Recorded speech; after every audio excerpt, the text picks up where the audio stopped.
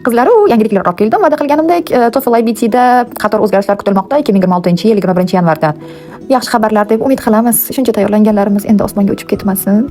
Xavotirga hojat yo'q, hammasi yaxshi. Demak, albatta bu o'zgarishlar yaxshilikka. Birinchisi bu TOEFL IBT baholash shkalasi endi 120 ball emas, 6 balli shkalada bo'ladi. 120 balli shkala 2 yil muddatda saqlanib qolinadi, ya'ni 2 yildan keyin bu umuman olib tashlanadi.